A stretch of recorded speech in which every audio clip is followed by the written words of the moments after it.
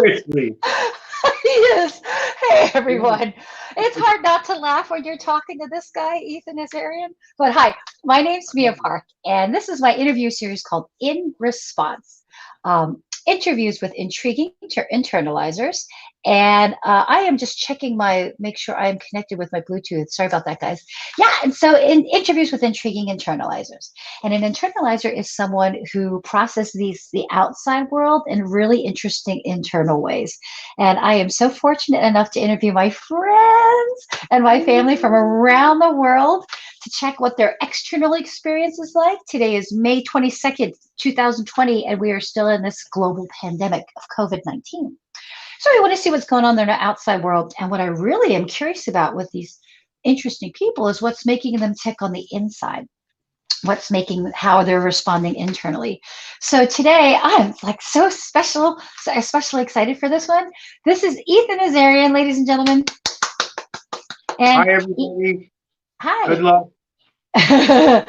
Ethan and I met in the late 80s in Philadelphia because he was in the back of a stinky rock and roll van, driving, touring from Vermont down the East Coast and back up over to Austin, Texas. I already had plans to move to Austin, Texas.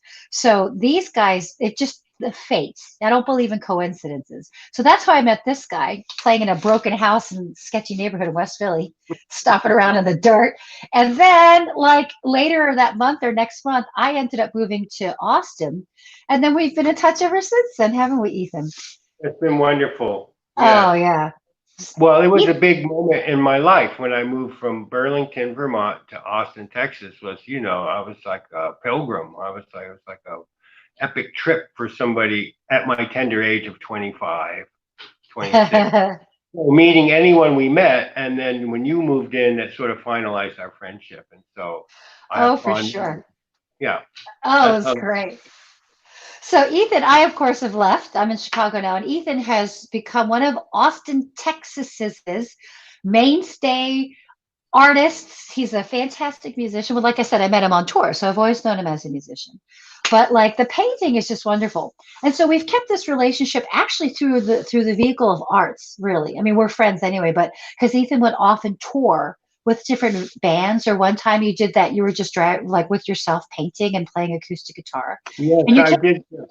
I did Greyhound bus. Sorry to interrupt. Oh, it's okay. I was doing the Greyhound bus because it was a very cheap way to move around, and I may have even had like a Greyhound pass or something, so I could Oh just. my, listen, by bus. That's awesome. Yeah, of So course. like, of course. So he would come to Chicago often, and he would like go to coffee shops in Chicago and pay for 8 hours in the coffee shop. Or like and play music at night and things like that. So anyway, I could go on and on about you, but let's hear you go on about you. Do you want to share more about yourself, Mr. Azarian? Oh, sure. I've been in Austin for 30 years now, which is hard to believe. And that whole time I've been playing music and doing visual art, mostly painting on wood and canvas.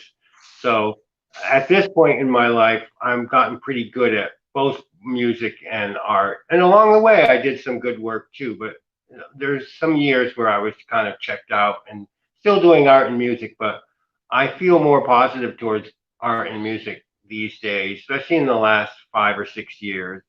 And I seem to have found my voice a little more. Like some people just have their voice right away when they're young or in their mid whatever or in their late 80s. Whenever it happens, you kind of know it. And then there's a nice confidence that comes from that. So I've been enjoying feeling pretty good about what I've been doing. Now, as far as like making tons of money and being rich and famous, well, I kicked that out the window long ago.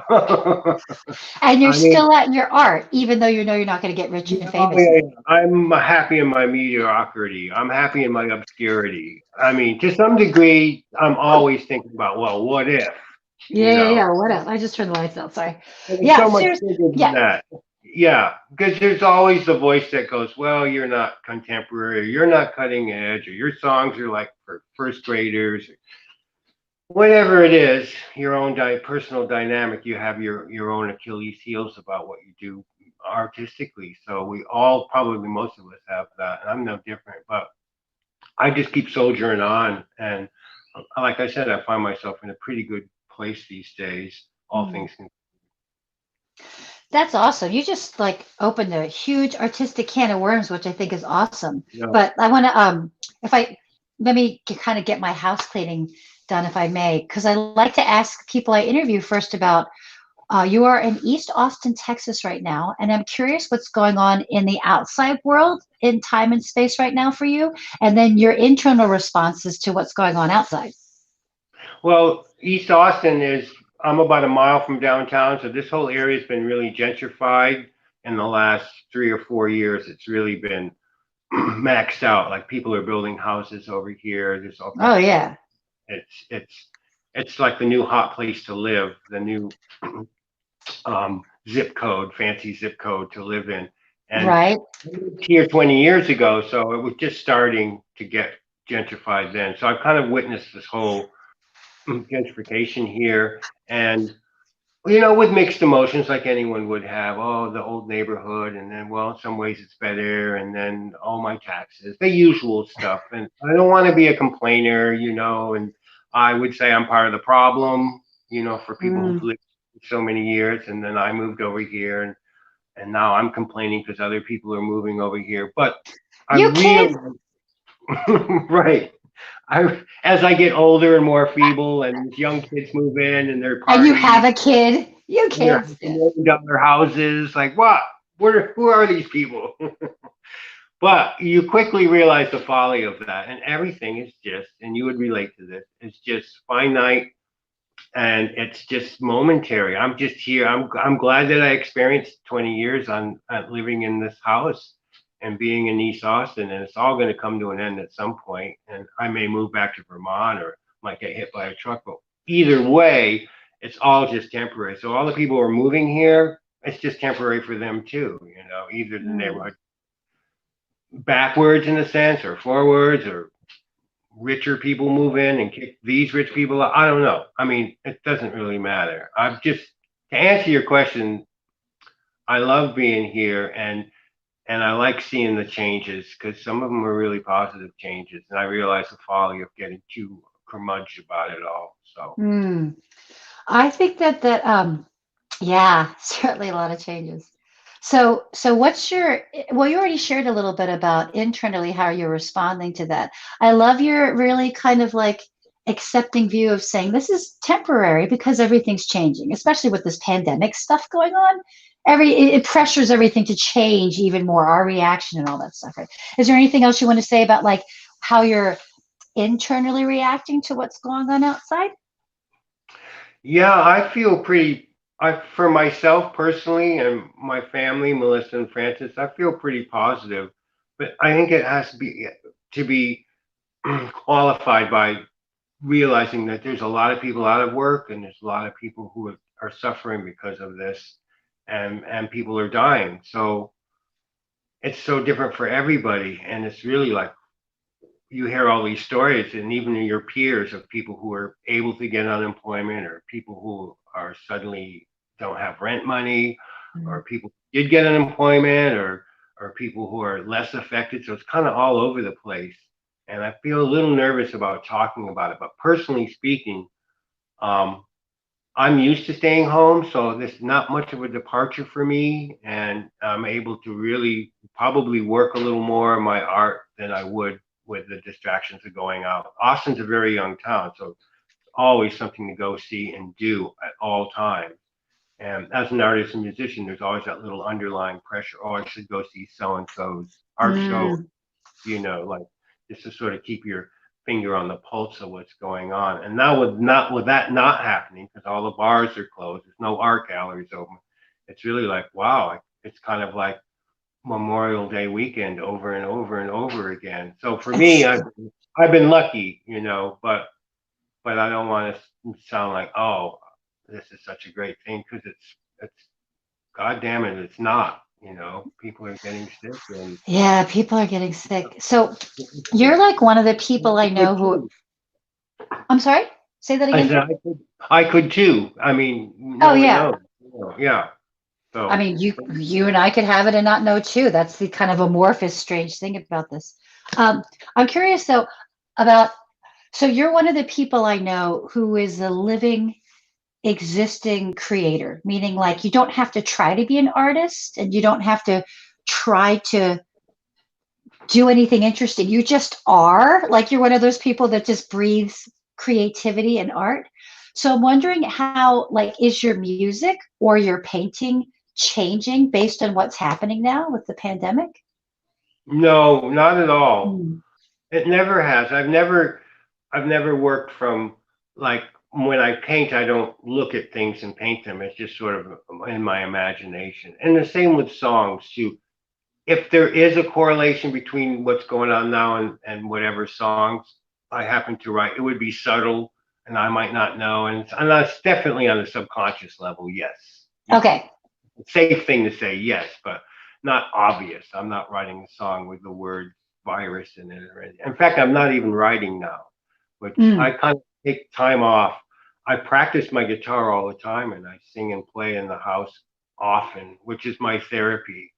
Um, but if I start writing, then it's a different approach. I make myself work at it, which is not fun. But that's the secret, though. It's not fun for me. Wait, say more But about that. Say more about your process about it not being fun. well, not to ramble on, but believe me, I can ramble on. Not to ramble on. Oh, come on. If anybody knows Ethan, come on. Right. Ethan Azarian. Go ahead. Go on.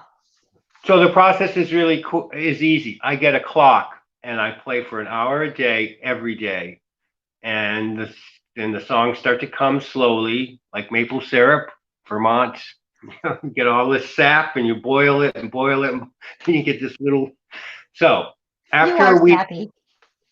I am. After a week, I'll up it to 2 hours. And so I'll do a morning session and an evening session. And I'm really serious about that. I get the clock, I play for an hour, and by the second week, I'm doing a morning session and an evening session. And so I just sort of, I don't write anything down, I just sing and play songs, and whatever carries over to the afternoon session it suddenly starts to form a song. And then by the third or fourth day, I'm like, oh, okay, I've got a song going. So the way that I do it is, and probably a lot of people do it, I just do it every day. So I don't, there's no lapses, which is really important for me because I can Mm. remember, oh, I liked what I did yesterday. I'll redo that today. And then what happens, which is really nice, as I stop using the clock so much because I find the inspiration because I've got a couple of songs that I really like, and and I find myself getting out there to sing those songs because they're happening and it's fun. But it takes about a week for me to get to where it's exciting. And the You're, same with oh man, it's you're real simple. amazing. Well, Yeah. it's okay. So here's okay. Let me just pause here. Ethan Azarian, you're on my interview show, so I can like talk at you. So one thing I've noticed about Ethan is that you just said something very misleading, but also deeply true. I think you said it's simple. So if people were to see your artwork, which they can kind of see in the background, and we've got links to Ethan's amazing collection. So your artwork might look simple, and your music is, you can call it folksy, but it can seem simple. But or Yeah. you're talking about this very, very disciplined daily practice you have, and I've always known you to do that. Being on, like in Chicago, you could be doing anything and you're in a coffee shop painting 8 hours a day down the Yeah. street. I was like, what is he doing? So it's really difficult to have that kind of discipline, I think, for most people. So for you, it says it's simple. And you look Yeah. at listen to the music and see the paintings. There's so much depth to your songwriting, and there's so much kind of curiosity, and I see a lot of meaning in your paintings that all look simple, and you say it's simple, but it's a lot of work and it's deep, man. I don't think there's actually anything simple about any of it. Um, I think the technique is simple, maybe, and visually it's pretty simple. I know what you're saying. I mean, it could be and it could not be. I don't Mm. really think about it. I think part of the reason um, it's unique in a way is that I never went to school for music or art. I always say this, so I'm very self-taught. And after many years of doing the same painting and the same song over and over again, gotten good at it, you know. So there are some complexities there. But you're right. I probably take things for granted, like I think a lot of artists do. You just assume, oh, I can do this for the rest of my life, or this comes naturally to me. Mm. And it's kind of like relationships. Sometimes people really struggle with having relationships, meaningful relationships, whether they're romantic or not. And other people, it's Mm. just so easy for them to have relationships. It's not about how smart or where you went to school, or I mean, maybe a little bit, or who your parents were. Sure, all those things collectively are going to make you believe or act a certain way. But I think, for me, it's always been about the adventure, and the creativity just comes naturally to me, like a lot of people. And my Mm. parents were artists, so I was very easy to just I was plugged in like an Mm. extension, you know. All right, I It's guess like I'm doing you're, music you're enough. that's right. You're part of the tendrils, the multi-generational lineage. And Yeah, I don't. my grandfather was a musician too, going Oh, I back didn't know to that. yeah, yeah, he played the Yeah, fiddle. one nice thing about being friends with someone for so long is at a certain point you meet the family. Like I remember meeting your mom and dad, your dad when he came to visit Austin that one Yeah, time. right. But when I lived there, I want to go back real quick. So it's interesting. Like I don't, I actually don't ever see you as someone taking things for granted either. I just think that there's a lot of depth and complexity to what you do. And I think that it's your humility and your ability to be humble at what your process of being an artist that contributes to the depth of something that looks and sounds maybe very not complex. I love your song lyrics especially. And I have to say, being your friend for over 30 years and listening to your music that long, um, like your live concerts that I've been able to tune into recently, the lyrics of the more recent songs have gotten so like they're very lovely and deep. And speaking of which, Thank you. yeah, I'm a big fan. I was okay. So friends, I collect a lot of artwork.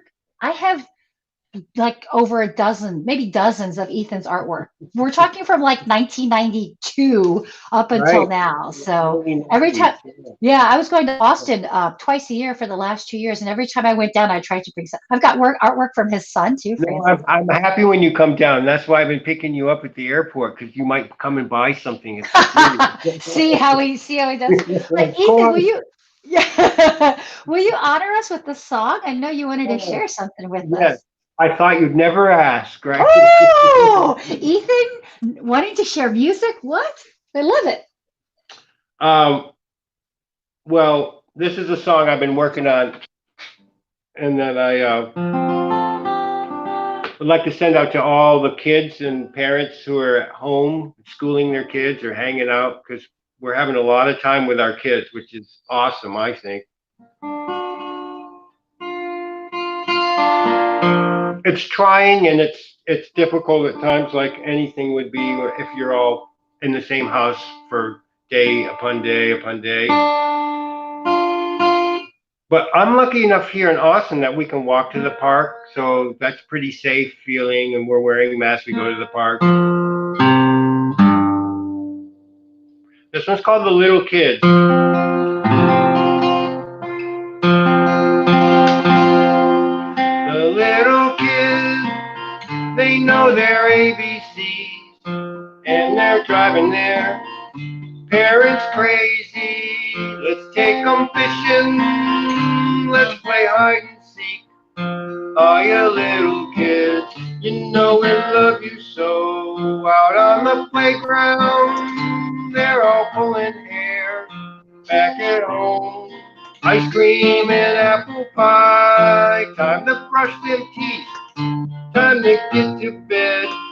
Oh, you little kids, you'll be grown up soon. Little kids, they're doing alright. Them little kids, they're cracking me up. Them little kids, well, they always know the truth. Them little kids, they're so innocent.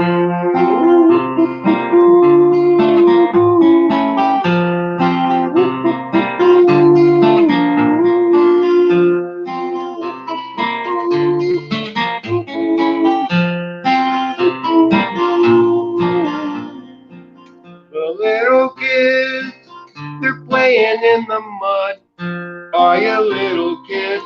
Go and wash your hands. Hey, big sister, where's your little brother? Mom and dad, they'll be coming home soon. Little kid, you're doing alright. Them little kids, they're cracking me up. Them little kids, well, they always know the truth. Them little kids, they're so innocent.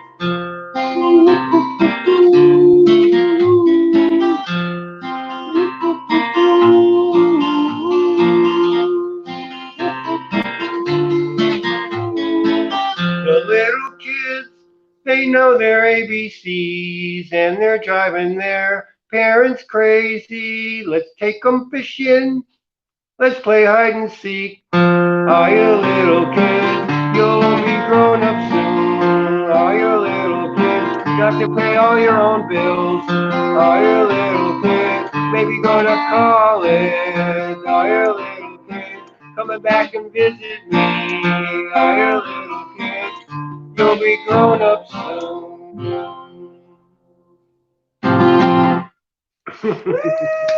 Oh, that's lovely. Oh, that's It's so nice to nice. play.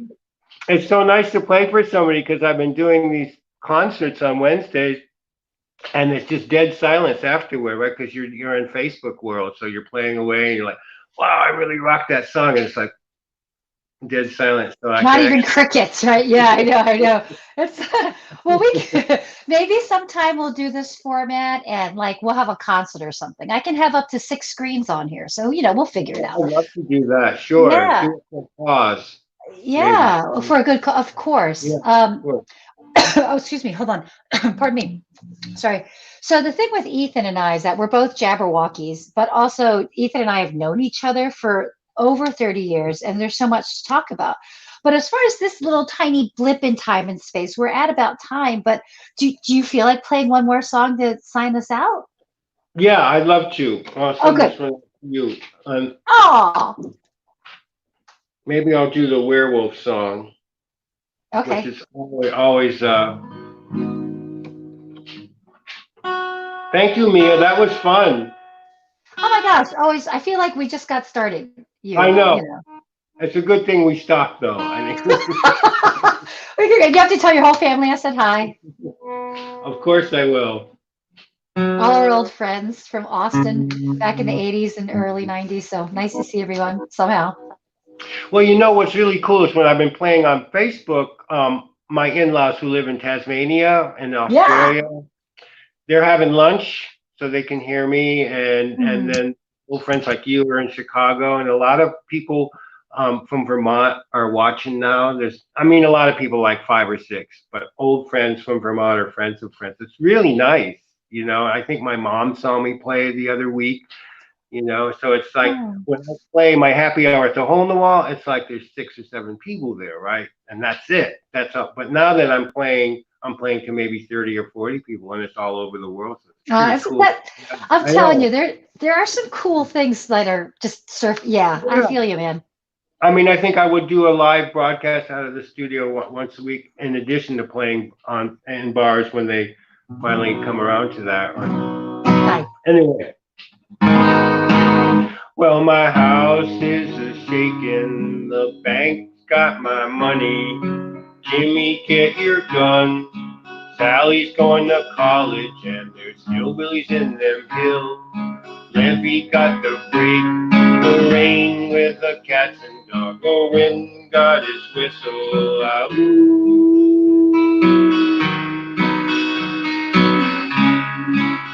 I hear the werewolf crying out.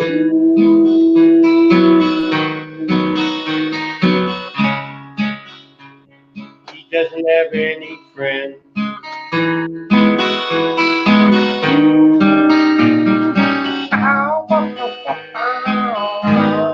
Well, the owl got the wise, the snakes got the slither, the chicken got who the hell came first, monkey in the middle, and the river with them bends. Snow cool with them trips. Dinosaurs got their extinction. Religion got the Holy Bible.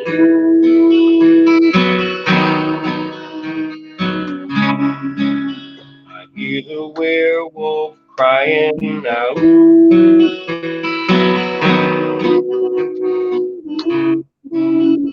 Safe when he goes out late at night, and only then.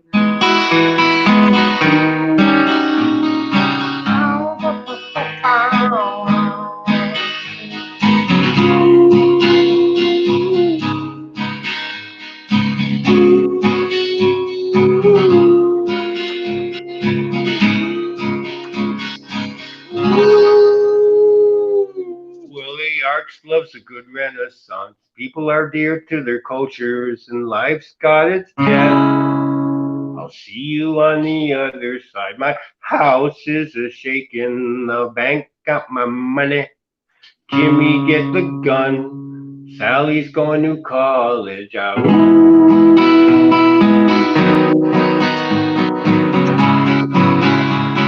hear the werewolf crying.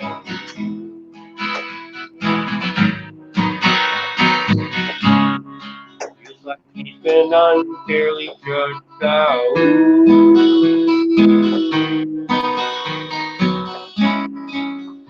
Would I like to get a cup of coffee? Yes, I would, Mr. Wolf.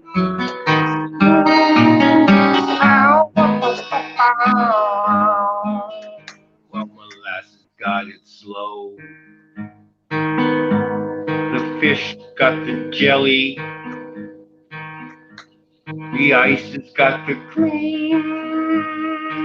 The grilled cheese. The cheese. The wolf has got the where. The moon with the dark side. And the sun's got 93 million miles from us, give or take. Thank you, Mia. Ethan Azarian, ladies and gentlemen. Oh my gosh. Thank you so much. It's lovely. You definitely have to follow Ethan. If you're on Facebook, the information's up there. You can also like my page. And if you're on YouTube, his information's down there, and you can also subscribe somewhere to me. But definitely take care of Ethan and Melissa. They have a Patreon page.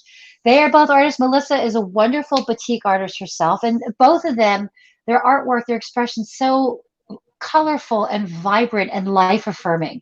So is their home and the way they parent their lovely child. So make sure you take care of your artists, especially in Austin down there. And Ethan, love you so much, my dear. I love you, Mia. I'm so Yeah. glad we're friends. I know, me too. So thanks for tuning in to In Response, everyone. We've got interviews until the end of June, and we'll just keep going. So thanks, everyone. See you next time. Well, thank you for listening. Bye.